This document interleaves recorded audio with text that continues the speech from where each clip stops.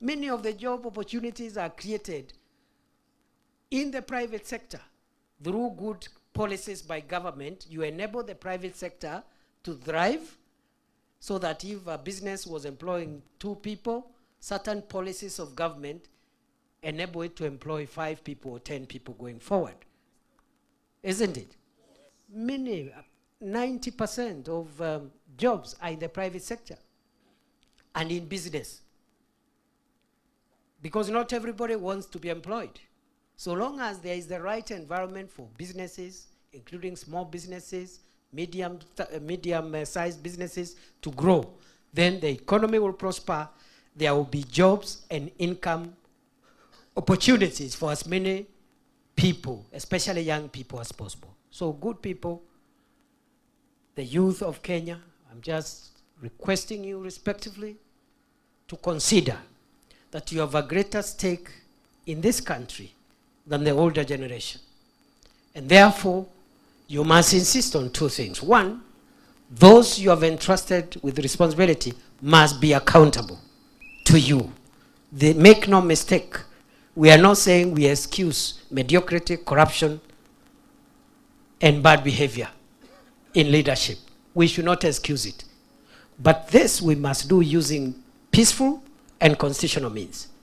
We cannot destroy our own economy, our own businesses, our own investments, and make the country look like a war zone and expect that Kenya will join the league of the developed nations anytime soon.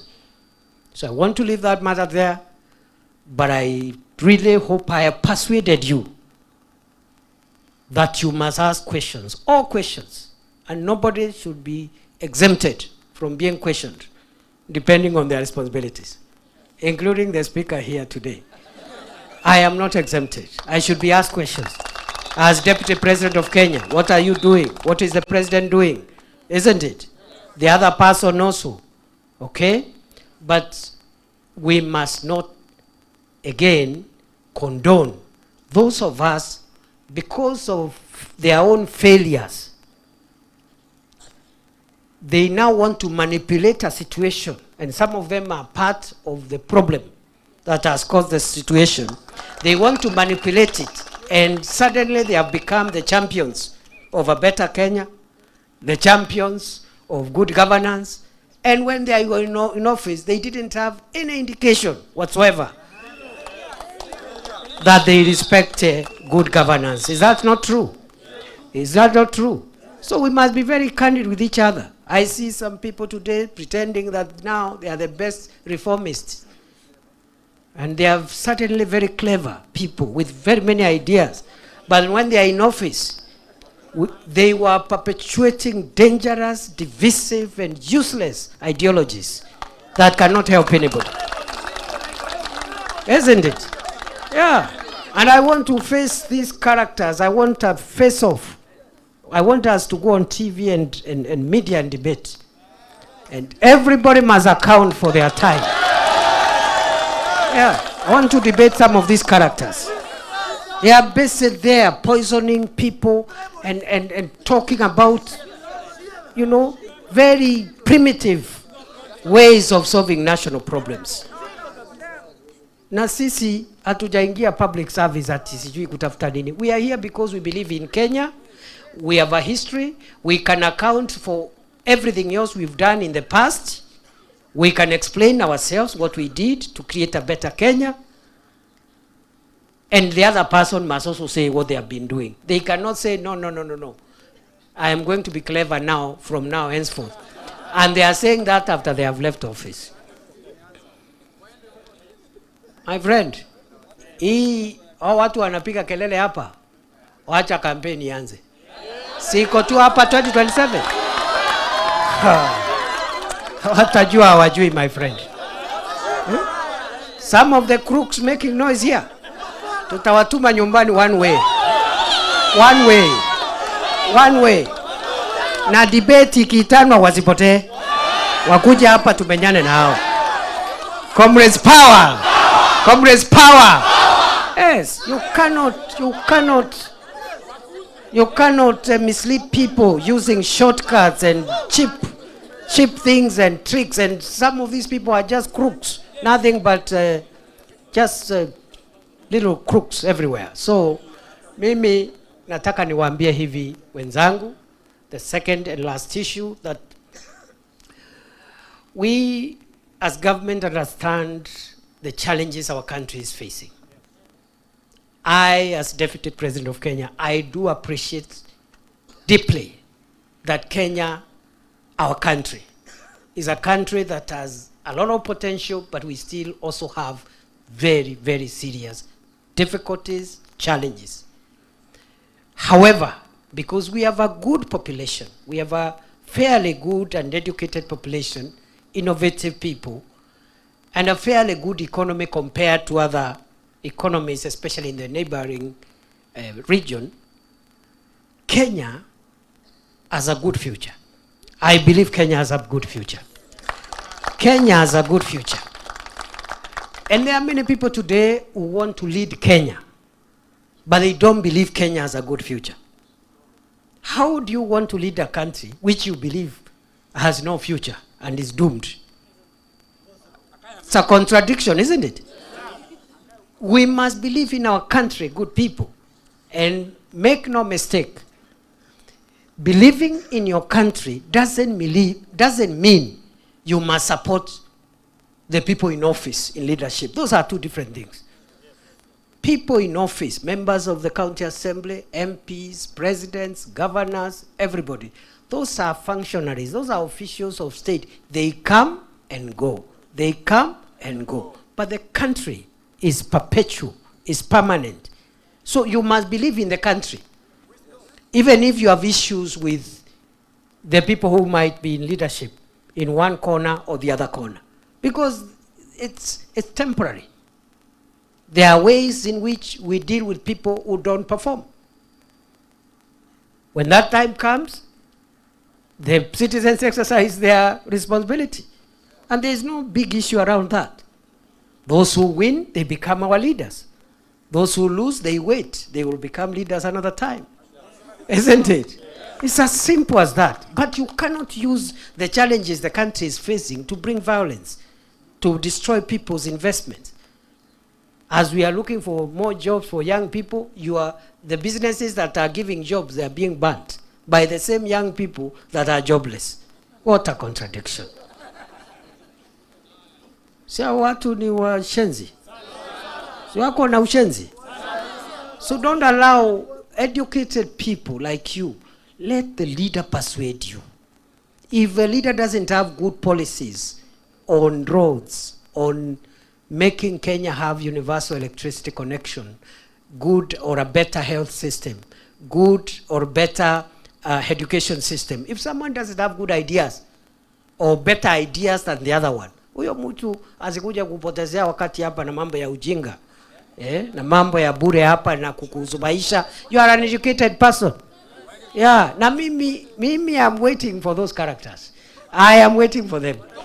I am waiting for them. Wacha kampeni yanze. Mimi nawangojea. Na wengine wanaongea tu mambo ya bure hapo na maringo mingi, unaongea na kiburi.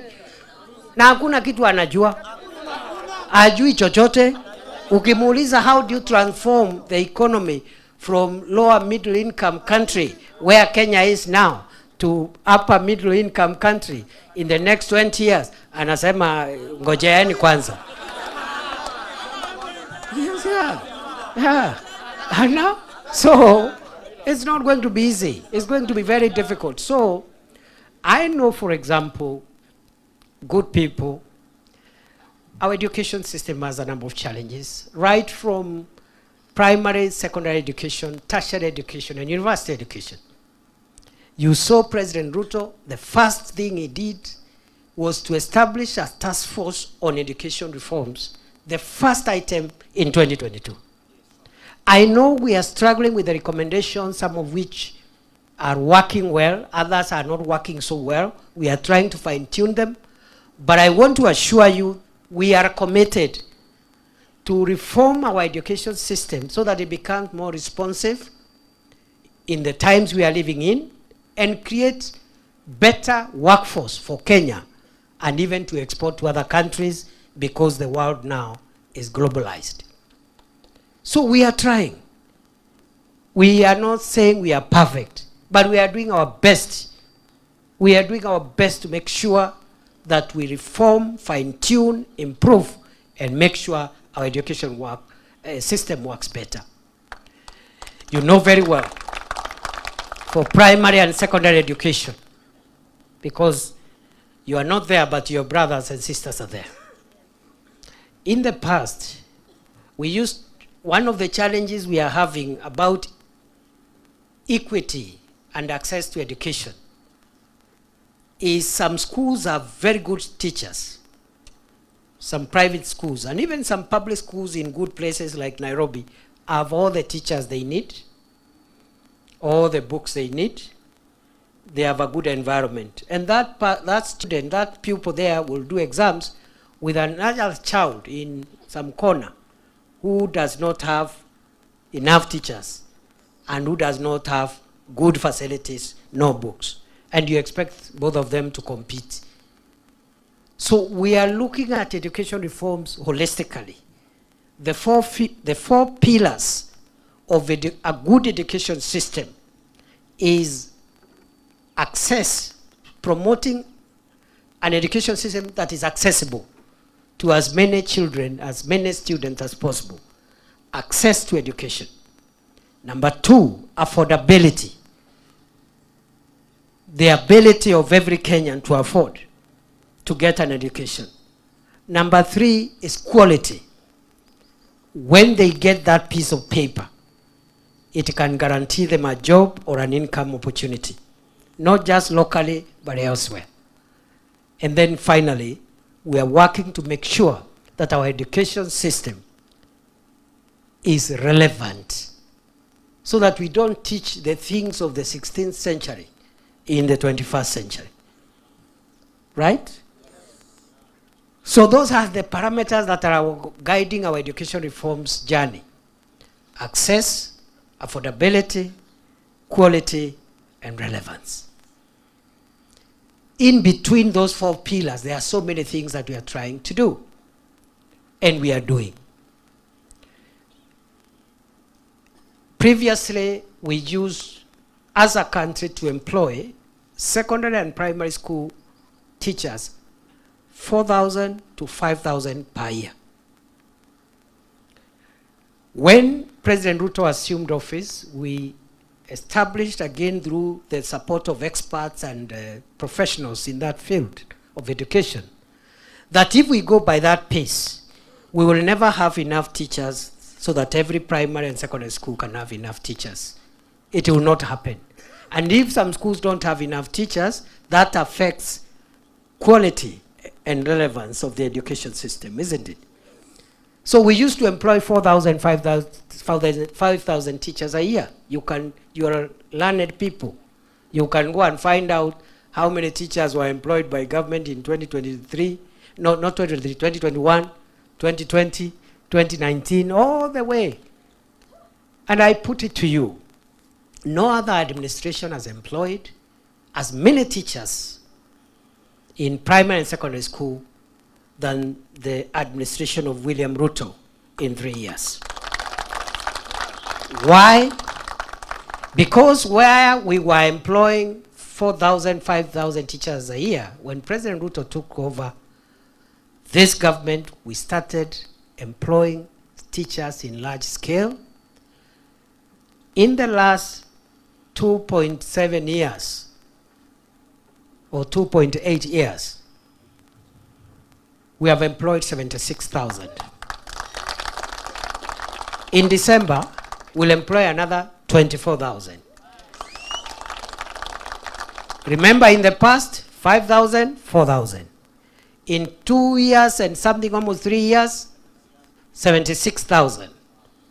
And by December, by the time we are in 3 years, this government will have employed 100,000 teachers for primary school and secondary school.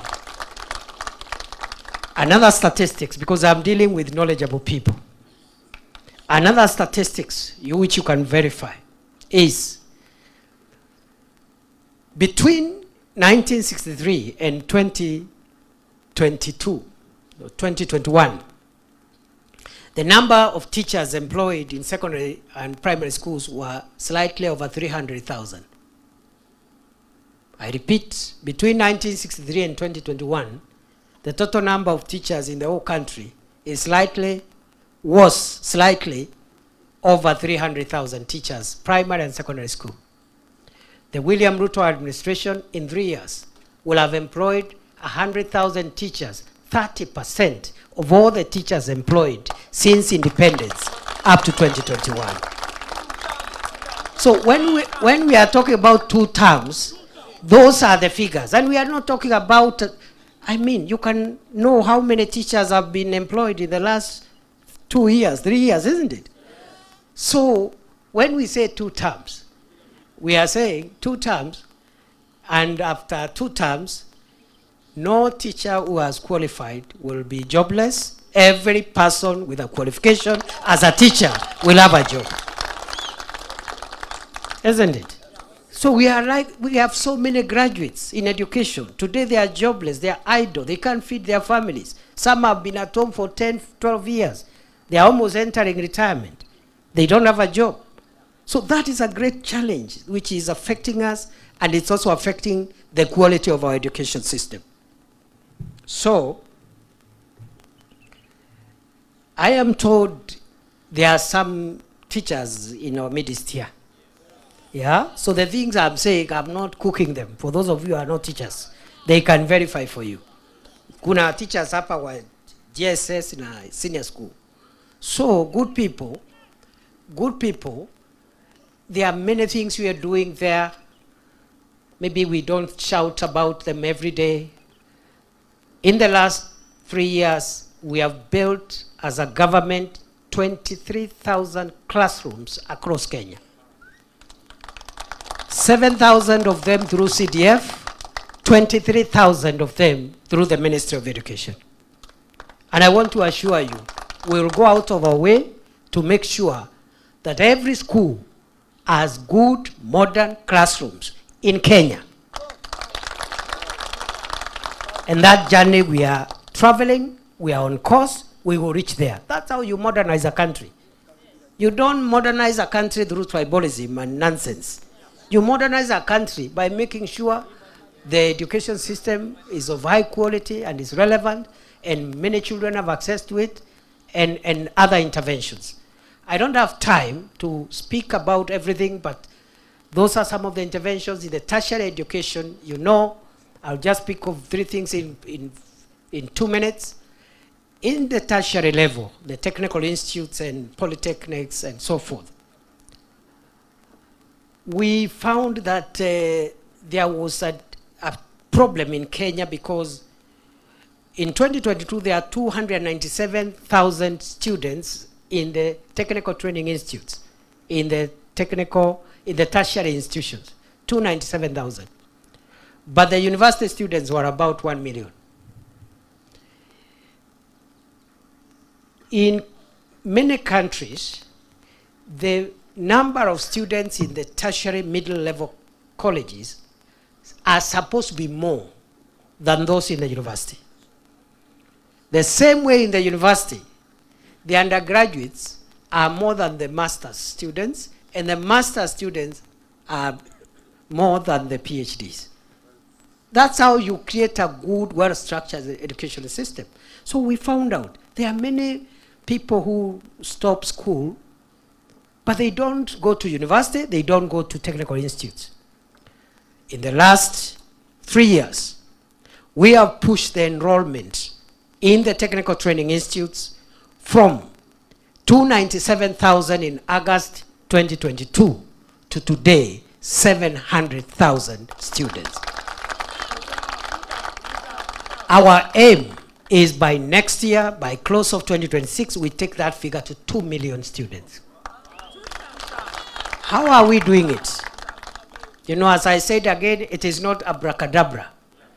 It is not the abracadabra people are shouting there, I don't know, one term, I don't know, Kasongo. But you know that's not a policy. Yeah, if you don't like a president, you wait for the election, campaign against that president. If you persuade Kenyans, you lead us. If you don't persuade them, you wait. Ama namna gani jameni? Yeah. So how are we making sure we get to 2 million? We have introduced in the TVETs, I think in the last few months, I think we passed it in the cabinet last few months, something or a program known as the dual training policy. You spend some time studying theory, but you cannot graduate until you have some practical attachment in a practical project related to the course you're studying, so that when you come out, you are of better quality, isn't it? You cannot be an electrical engineer who has just been taught, you have a certificate in electrical engineering, but you have just been taught about electrical science in theory. You must go and get attached to Kenya Power or some project for last mile connectivity so that you do some practical thing while you are still in school before you graduate. Then we have introduced something called recognition of prior learning. Because again, that TVET skills, that TVET space mainly is for skills. It's not theoretical knowledge. It's not like other disciplines like law and humanities and so forth. It's practical skills. So we have introduced a program called recognition of prior learning. There are many young people who do not have a formal certificate, but they have the skill. They are carpenters. They can do a table. They can do a chair. Isn't it? There are many of them who are mechanics, but they have never gone to the TVET. They have never gone to Polytechnic. They can repair a car. They can repair a telephone. God has given them some skills, some knowledge. Okay? And so many other areas where you have people, plumbers and other areas. So we have said, if you have some skill, but you don't have a formal certification, we take you to the TVET, but we will not keep you there for 3 years, like the other person who has come from secondary school. We test in very few weeks. We just bring the quality people who test these skills, NITA, the National Industrial Training Agency, and others, so that in a short period, let's say of 6 weeks, 8 weeks, if it is proved you have the skills worth a certificate, we certify you formally, and you go back and continue doing your business. And that increases your employability. If you want to be employed, you have something. Like now, many Gulf countries are asking for plumbers, electricians. But if you are there, an electrician with prior learning, which is not certified, you can't get that job because you don't have a certificate. So those are there are many, but those are some of the interventions we are making at tertiary level. The funding model to make sure that all students are funded properly. But in the higher education space, the university education space, the key discussion is about affordability and the funding model. I know that's where the issue is. Because in the past, and this is what many of the critics of this administration are not telling Kenyans. In the past, it didn't matter your background. If you qualified to go to university to study medicine, engineering, law, architecture, Bachelor of Arts, political science, commerce, name it. It doesn't matter whether you are a child of the carpenter or a child of the deputy president. You will get equal funding. Isn't it? Yes. It didn't matter so long as you qualify. In fact, many of the students who were competing for bursaries with students from poor backgrounds in the university, they were not even in public primary schools and public secondary schools. They were in elite private primary and secondary schools, paying huge amounts of money in primary school, paying very high fees in high school, private, but when they get to the university, they want to compete for bursaries and public funds with people from some corner of Turkana, some corner of Tharaka, some corner of Kilifi, where the poverty levels are very high. And we have said that is not wrong. That is not right. You can't create an inclusive education system like that. What we do, if I can pay, as deputy president, I can pay for my child in the university. And I've been paying our fees or his fees anyway, in a private school or even not in a private school, maybe in a public school, and I can afford. Why can't I pay the university fees in full so that those who cannot afford can get fully funded? Isn't it? So I know we are still having that conversation there because of the means testing tool is not perfect, and some students have been classified where they don't belong, and so forth and so on. But the whole idea is to make sure that those who can afford can pay, but those who cannot afford, the public should pay. So I know that is a conversation that we are going to perfect, and we are committed to streamline that sector. So good people, when we are talking about two-term, us is about policy, it's about programs, it's about ideas.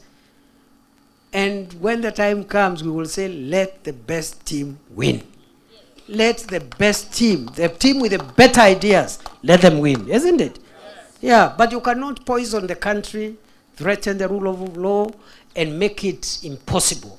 And therefore, as you continue helping us to build a better country, to perfect our governance, to make sure we are more accountable to you, to make sure we also restrain excesses by those who are in power, including our security forces, we must do it peacefully and within the Constitution. And any other person preaching violence, preaching destruction, that person is an enemy of Kenya. Isn't it? Comrades, power. Comrades, power. About jobs, we have about 4 or 5 programs for job creation. Again, we know many of you want jobs in the formal setting, and we are working very hard to create as many jobs as possible. I've already given an example with how we have expanded the number of teachers we have educated, we have employed. That's just one example of how we have increased the number of formal jobs available.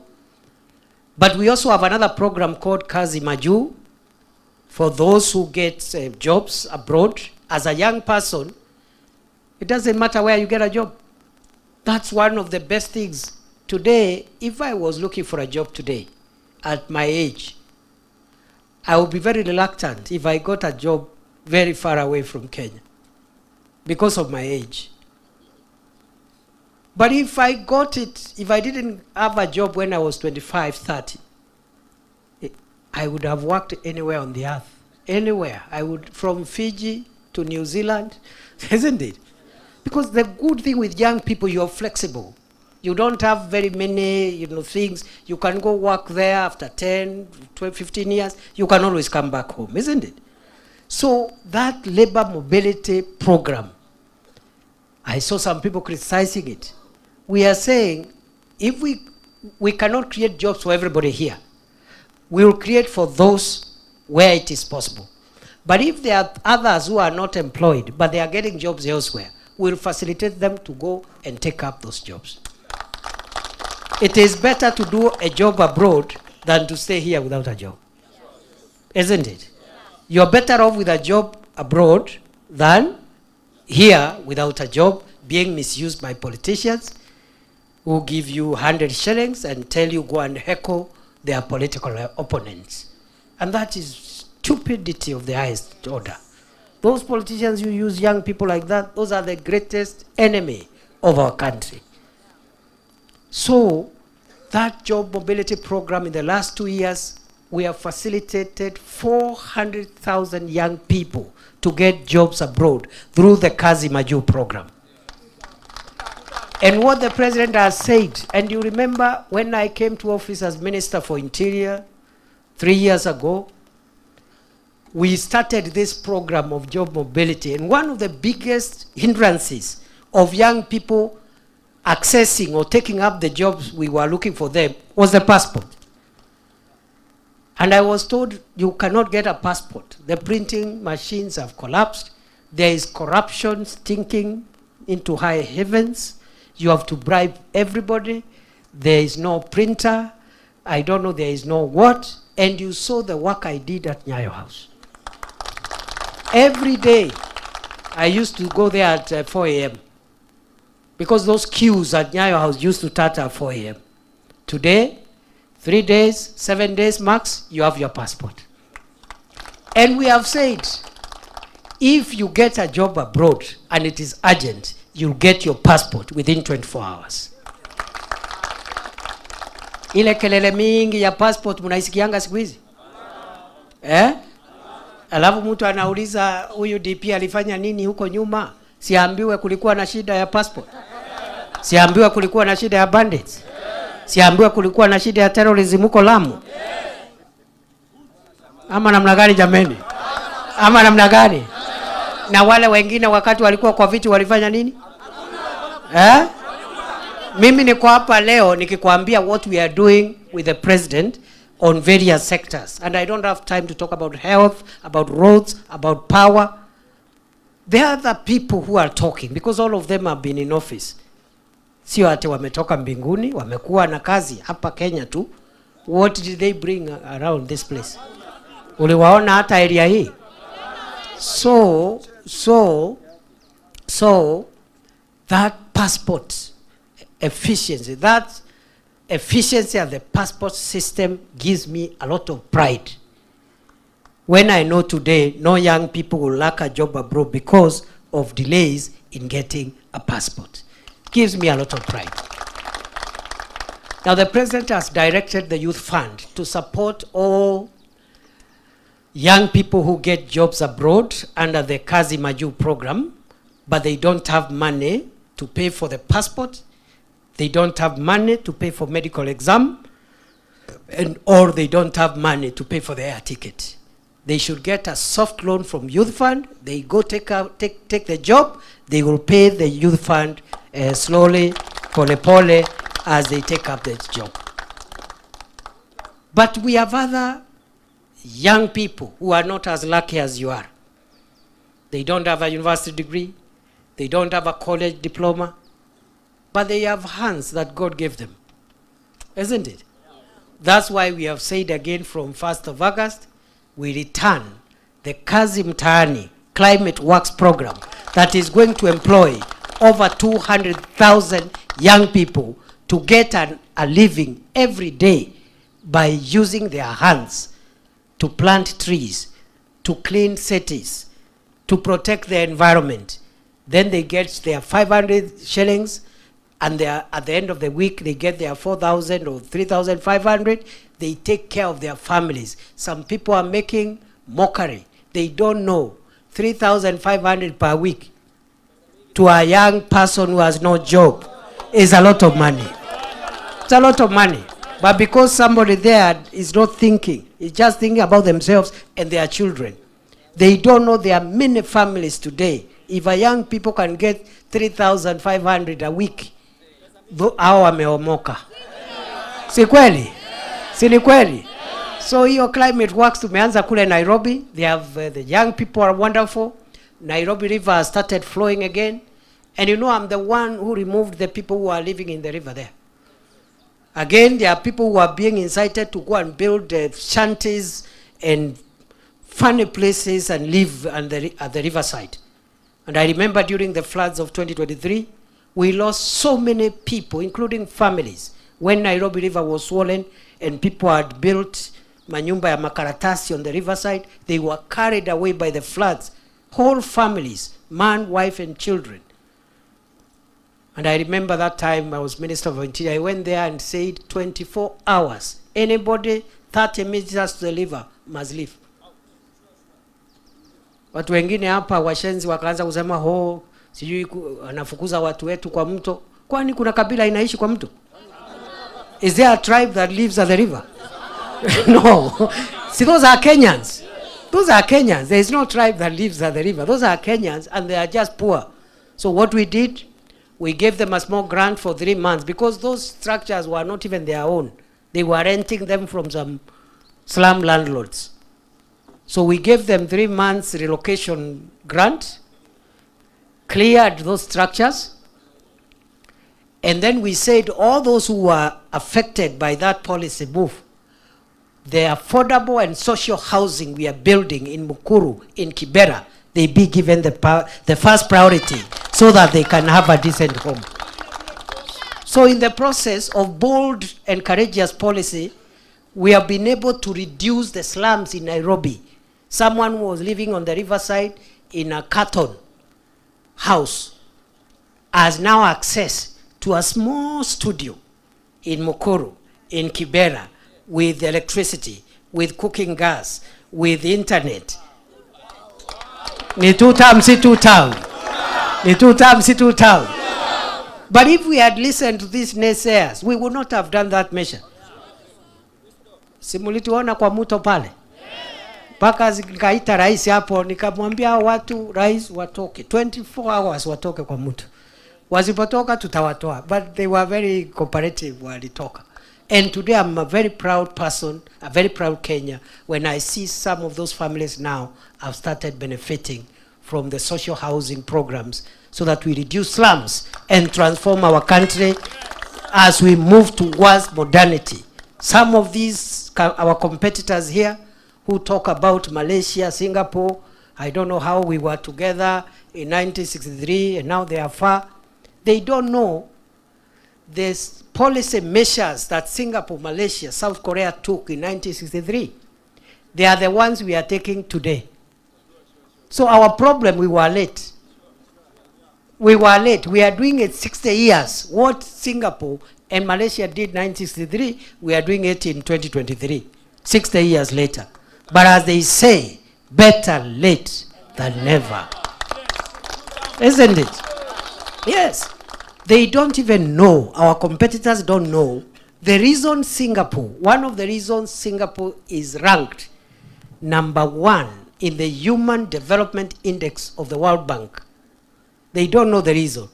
One factor that pushes Singapore to the top of the world in terms of human development is because 99% of the citizens of Singapore live in quality houses. Because a house is an asset. So if you have many citizens with good dwellings, you know, even if they are not the big ones, you know, they have small houses but decent, the asset, that asset is value to the country, isn't it?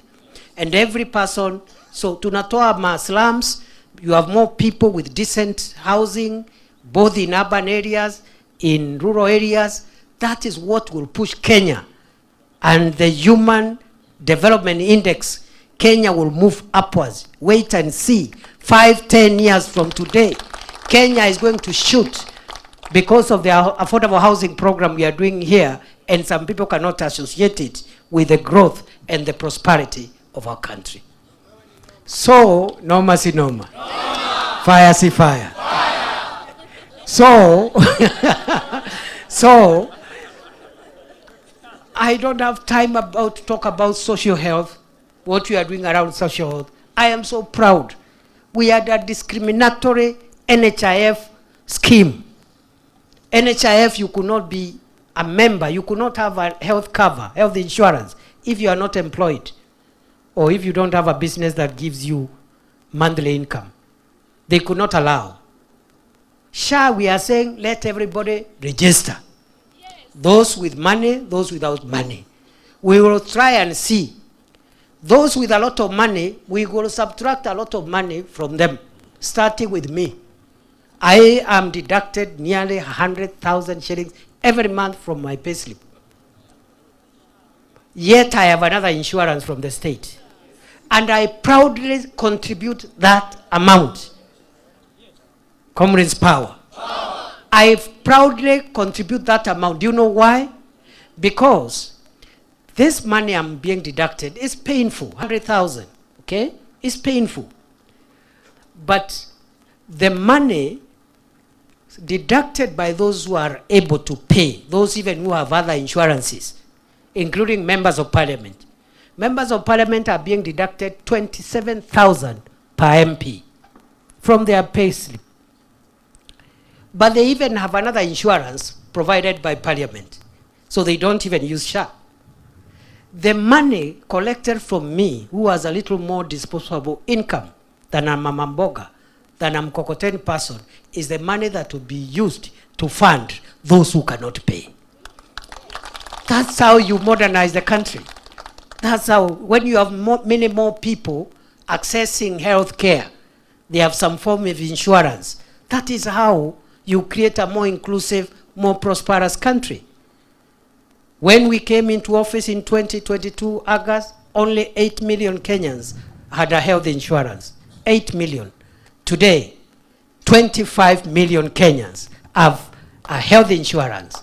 And I am persuaded, in another 2 years or less, we will move this number from the current 25 million to 40 million, and in another extra 1 year ahead, we will push this number from where it is now, 25 million to 55 million. Every Kenyan should have a medical card. Sio Wakenya wengine hawana insurance ya afya.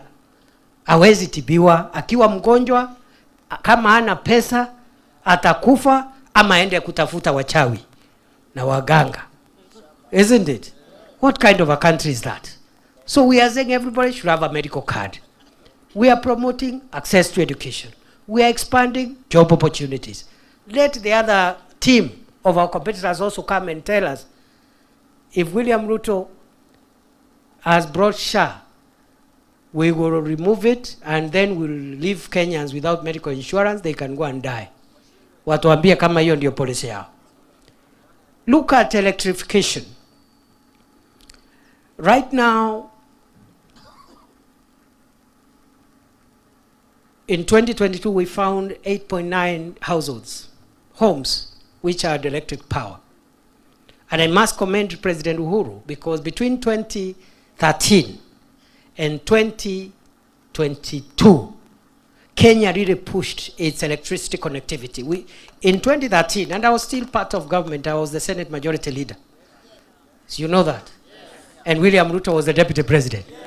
So tulisaidiana na Rais Uhuru, ile stima tulikuta 2013, only 2,700,000 homes had power in Kenya.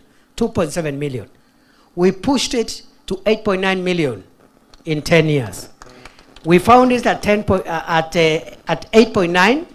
Now today it is 10.5 million homes. The number of homes in Kenya is 15 million, 0.5. So we are left with 4 million households to achieve universal electricity connectivity for all homes in Kenya. And therefore it is possible in the next 3 years or so, every home in Kenya, even if it's a mud house or a grass house or whatever, must have power. Then we talk about the house after that.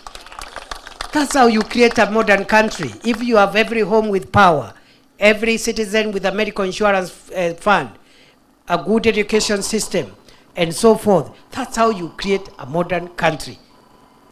So, wacha niachia hapo. Unajua mimi zamani nilikuwa professor, so nilikuwa nimezoea hii maneno ya namna hii. But I'm very happy to reconnect with you guys. I have really enjoyed myself, and I want to request you allow, because today I just wanted to have this contact, we will have a more structured meeting which is more engaging, like a town hall. We can get a town hall setting, because you are intellectuals. You also have good ideas.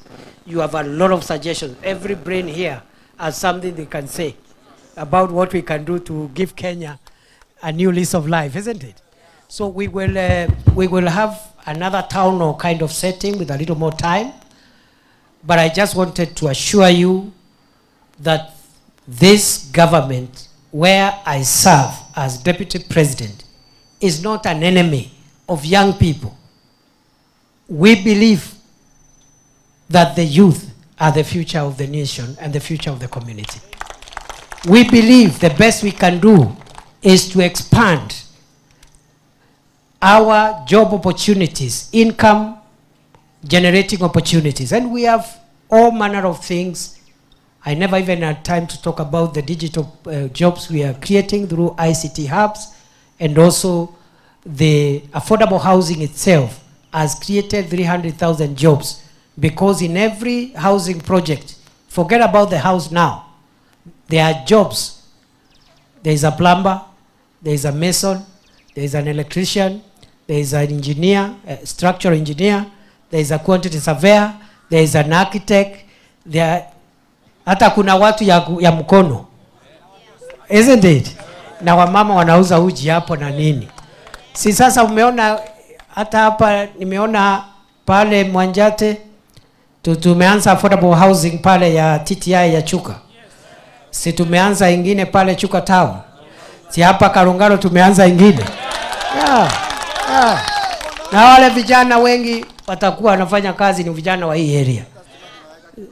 Hata stima, actually we are trying to also make sure that all the constituencies move at the same speed, because some constituencies are ahead of others. That's why you saw we adjusted a little bit money for electricity, because some constituencies in Kenya are as high as 98% connectivity, like Gatundu and others. Others are in the middle. I think in Chuka here in Mara, they are in their 60 something. I think Tharaka is the one with the least at 36%. So we have, initially we had released around 200 million, but we have increased that money now. Tharaka constituency alone will get 1 billion for electricity. Because we want in the next 1 year, we want it to be in that range with the other constituencies, around 70, 75, as we push every constituency to 100% connectivity. Tuendelee tusiendelee? Tuendelee namna hiyo?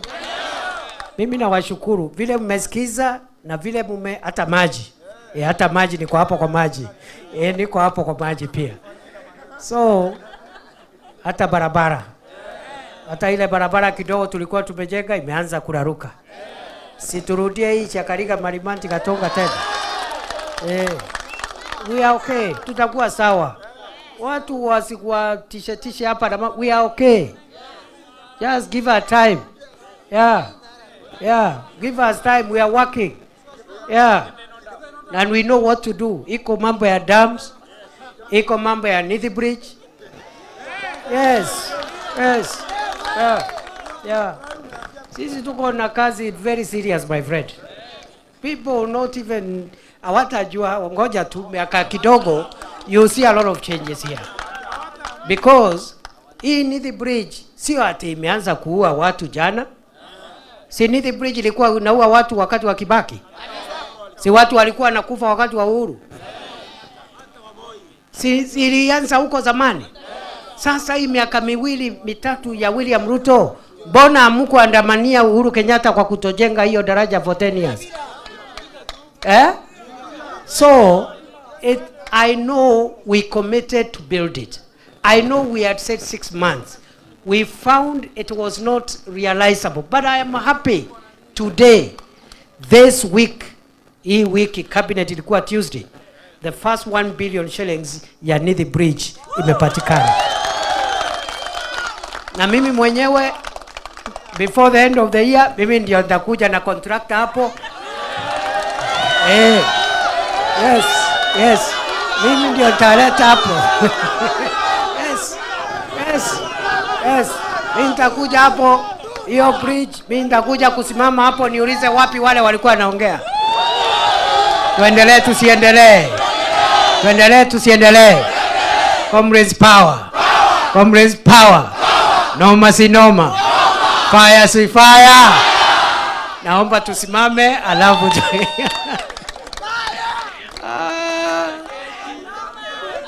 amjaketi?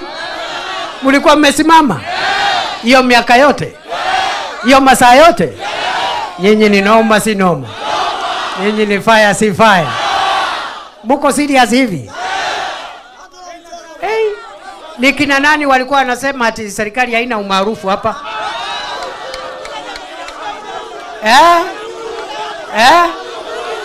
William Ruto wako sawa? William Ruto wako sawa? William Ruto wako sawa? William Ruto wako sawa? Ni 2 term. Ni 2 term ya William Ruto. Ni 2 term ya William Ruto. Wacha nione kwa mkono wala wanasema ni 2 term. Jameni, jameni, jameni, jameni. Ala. Sasa kama William Ruto anapata 2 term, na mimi je? Hata mimi niko hapo. Hata mimi niko hapo. Hapo kwa 2 term. Tuko hapo. Ya ukweli. Wacha nione wala wanasema tuko 2 term jamani.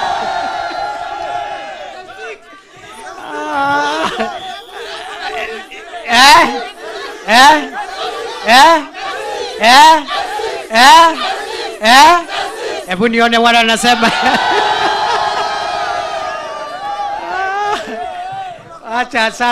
Wacha sasa kidogo tu tumemaliza. Wapi nataka Eric akuje hapa 1 minute, huyu Eric Mwenda ule kutoka Chuka. Wapi makofi ya Eric jameni? Wewe ndiye president hapa ya mambo ya vijana. Sema kitu, mpatie mic aseme kitu. Dakika 1-2 alafu niite one more person. But I promise you a town hall meeting. Hata mkitaka tuingie hapo Karungaru ama Tharaka University ama turudi hapa ama tuende Karen wherever you are.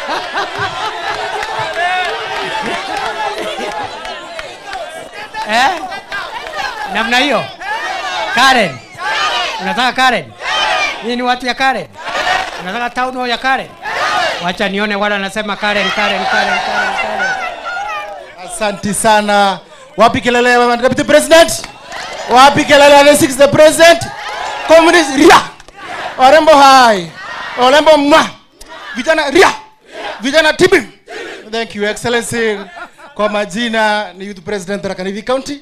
Nawakilisha pia vijana wa Tharaka Nithi County pale Ministry of Youth Affairs. Vijana ria. Vijana tibi. Orembo mwa. Asante Your Excellency kwa kutualika mahali hapa. Na sisi tuko nyuma yako na tunasema tu ya pili. Nisema Your Excellency, mnaona hii kofia inaitwa nyota. Mimi ni ambassador wa Tharaka Nithi County na tulipokuwa pale Western Hotel Tharaka Nithi County, you are number 6 out of the 47 counties. Hiyo ni noma ama si noma? Sisi ni fire ama si fire? Haya. Mtoto wa Simba ni nani? Mtoto wa Simba ni nani? Simba. Siu ni Simba. Mtoto wake ni nani? Si mimi. Mtoto wa Simba ni Simba. Ya mwisho. Yes. Ya mwisho Your Excellency, tuko na charity day pale Kadwana Prisons on 16th of August. Na chief guest ni nani? Simba ama si Simba? Simba ama si Simba? Nikimalizia. Muko na nini? Charity day. Charity day. Charity. Ya youth charity day Tharaka Nithi County. So mumeamua lazima nikuje hapa. Chief guest. Simba ni Simba. Chief guest akuwe Simba ama si Simba? Simba. Umeamua mimi ndiye chief guest? Ama ni maneno ya huyu mtu? Ni mimi. Tarehe 16. Wacha nione wala anasema nikuje. Nikimalizia Your Excellency, ningeomba tuzindi kusupport serikali ya naibu wa rais. Na Your Excellency, kama chairman wa Youth County, mimi nasema ni 2 term na nasema si Kindiki the vijana ria. Vijana tibim. Kindiki ni Simba ama si Simba? Simba. Kindiki ni Simba ama si Simba? Simba. Mtoto wa Simba ni Simba. Thank you very much. Huyu Eric amenikumbusha jambo jameni. Mnajua sio vijana wote ambao hata wamesoma wanataka kazi ya kuajiriwa. Kuna wengine wanasema tukipata nguvu ya biashara, sisi tunataka kuenda kwa biashara tuajiri wenzetu. Ndio serikali imekuja na program ambayo inaitwa Nyota. Nyota umeona kofia. Na huyu Eric ndio anasimamia sisi vijana wa hapa kule katika national, ili kuhakikisha katika kila ward tutatafuta biashara ndogo ndogo, sio biashara kubwa, small and micro businesses, ambao ni biashara zinaendeshwa na vijana. Hiyo ndio program inaitwa Nyota, National Youth Opportunities Towards Advancement. That program, 70 businesses in every ward will be identified for capacity building, for training, and they will receive a grant, not a loan, a grant. Each business, 70 businesses in every ward. Each business will get a grant of 50,000 shillings to expand their business. Sio ndio empowerment? Kuna empowerment ingine jameni? So hii program tunaanza next month. The launch is next month. This August actually. National launch. So that in every ward, bora iwe ni biashara ndogo ndogo, sio biashara kubwa. Ya pili, mwenye hiyo biashara ni youth, ni kijana under 35. Ya tatu, huyo kijana asaidiwe na training kwanza kabla ya kupewa pesa, aende training a few weeks, afundishwe kuweka mahesabu ya biashara na kuweka rekodi na mambo mengine, alafu akimaliza apewe grant ambaye hata lipa 50,000 per business ili biashara zetu. Noma si noma, fire si fire. Wacha nione wale wako Nairobi wajue leo. Asante sana. Mwisho kabisa, asante Eric. Wacha nimuite Mwaki. Mwaki yako wapi? Sema kitu dakika moja, ama alienda wapi? Ama hajafika? Haya, sema kitu. Comrades power! Comrades power! Comrades tutam! Comrades tutam! Mheshimiwa, our Deputy President, in our world as comrades, we usually give wisdoms. I want to give you one of our wisdoms today. That our Deputy President, no matter how handsome you are, no matter how handsome I am, I can never ever seduce my mother. Comrades wisdom! Comrades wisdom! You are our Deputy President. I want to declare here at Iruduni, yes, no matter how tribal they are, no matter how insightful they are, yes, they cannot seduce the Tharaka Nithi youths. Tharaka Nithi youths are fully beyond Professor Kindiki and President William Ruto. Comrades power! Power! Comrades power! Power! Na sisi tunasema hivi. Two-term, si ndio? Two-term. Na pia sasa naibu rais, yes, ikitoka two-term pale 2032, yes, kumi fra! Kidhura Kindiki kumi fra! Tutasonga hivyo. Thank you. Asante sana. Thank you very much. Ameongea vizuri. Ni fire si fire. Noma si noma. Si huyu kijana wako sawa sawa? Acha nione salamu. So, nilikuwa naomba kwa heshima, kwa sababu Karen tutakuja. I'll give you a date. Don't worry. Niende na huyu. Nipange huyu. Nipange na huyu. Niende na huyu. Sahi. Hebu nione wale wanasema.